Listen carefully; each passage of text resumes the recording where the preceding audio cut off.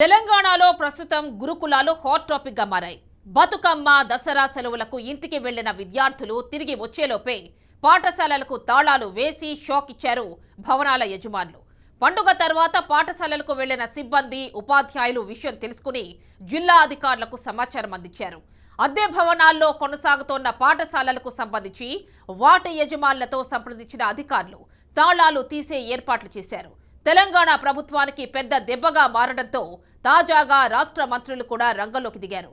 ఎందుకని గురుకులాలకు తాళాలు పడ్డాయి? ఇప్పుడున్న పరిష్కారం ఏంటి? రాష్ట్ర విభజన తరువాత తెలంగాణలో కొత్తగా గురుకులాలు ఏర్పాటు చేసింది కొత్త ప్రభుత్వం. అయితే కొన్ని చోట్ల పాఠశాలలకు సొంత భవనాలు ఉండగా మరికొన్ని చోట్ల వాటికి అద్దె భవనాల్లో కొనసాగిస్తున్నారు.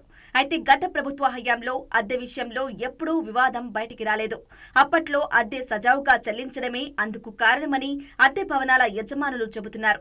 గత ఏడాది జరిగిన అసెంబ్లీ ఎన్నికల్లో తెలంగాణలో అధికారం బీఆర్ఎస్ నుంచి కాంగ్రెస్ పార్టీకి బదిలీ అయింది.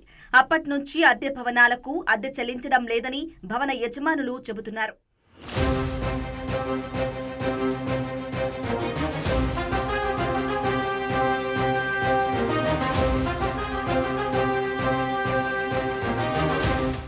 ఈ వ్యవహారమంతా అధికారులు అద్దె భవనాల యజమానులకు మధ్య జరుగుతూ రావటంతో విషయం విద్యార్థులకు గాని వారి తల్లిదండ్రులకు గాని తెలియదు.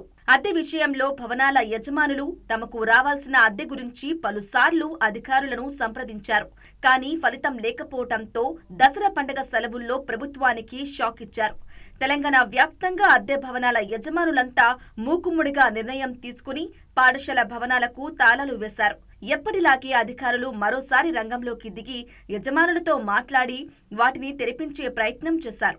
ఇప్పటిదాకా బాగానే ఉంది. కానీ అద్దె ఎప్పటిలోగా చెల్లిస్తారనే విషయంలో పాఠశాల భవనాల యజమానులకు నమ్మకం కుదరడం లేదు.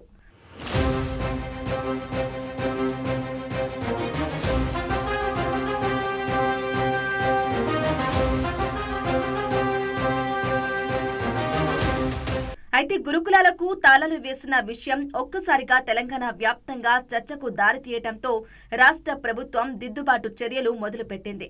అద్దె బకాయిల నెపంతో ఎవరైనా గురుకుల భవనాలకు తాళాలు వేస్తే తక్షణమే చర్యలుంటాయని రాష్ట్ర రవాణా బీసీ సంక్షేమ శాఖల మంత్రి పొన్నం ప్రభాకర్ స్పష్టం చేశారు. విద్యార్థుల చదువులకు ఇబ్బందులు కలిగిస్తే క్రిమినల్ కేసులు తప్పవని హెచ్చరించారు. ఎక్కడైనా భవనాల యజమానులు ఇబ్బందులు పెడితే గురుకుల ప్రిన్సిపాల్లు స్థానిక పోలీస్ స్టేషన్లలో ఫిర్యాదు చేయాలని మంత్రి సూచించారు.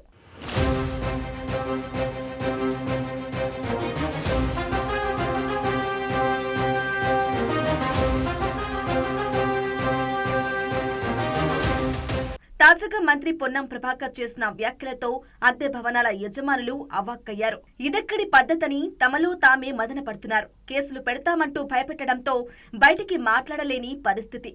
అలాగని యజమానులై ఉండి నెలల తరబడి అద్దె రానప్పటికీ ఊరుకోలేని పరిస్థితి. ప్రస్తుతం వారు ఎటూ పాలుపోని స్థితిలో ఉన్నారు. అయితే ఈ వివాదంపై మాజీ మంత్రి బీఆర్ఎస్ వర్కింగ్ ప్రెసిడెంట్ కేటీఆర్ తాజాగా ఎక్స్ వేదికగా స్పందించారు. రాష్ట్రంలో గురుకులాలను మూసివేసే కుట్ర జరుగుతోందని పోస్టు పెట్టారు. దీన్ని కూడా మంత్రి పొన్నం ఖండించారు. అధికారంలో ఉన్నప్పుడు వేల కోట్ల బకాయిలు పెట్టి ఇప్పుడు పోస్టులు పెడతారా అంటూ నిలదీశారు.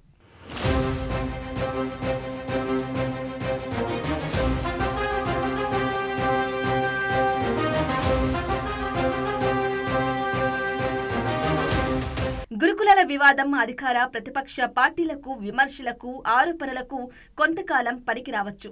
కానీ అందులో చదువుతున్న విద్యార్థులకు వారి తల్లిదండ్రులకు అక్కడ చదువు చెబుతున్న ఉపాధ్యాయులకు భవన యజమానులకు భరోసా కల్పిస్తుందా అనే ప్రశ్న తలెత్తుతోంది. రాజకీయంగా మారిన ఈ అంశం విద్యార్థుల జీవితాలతో ముడిపడి ఉంది. తమకు రావాల్సిన అద్దె కోసం భవనాల యజమానులు ఇకపై ఎవరిని సంప్రదించాలి? అధికారులను సంప్రదిస్తే వాయిదాల మీద వాయిదాలు వేస్తున్నారు. తాళాలు వేస్తే ప్రభుత్వమే కేసులు పెడతామని హెచ్చరిస్తోంది. దీంతో వారిలో వారే మదన పడుతున్నారు. చూడాలి మరి ఈ వ్యవహారం ఎటు మలుపు తిరుగుతుందో.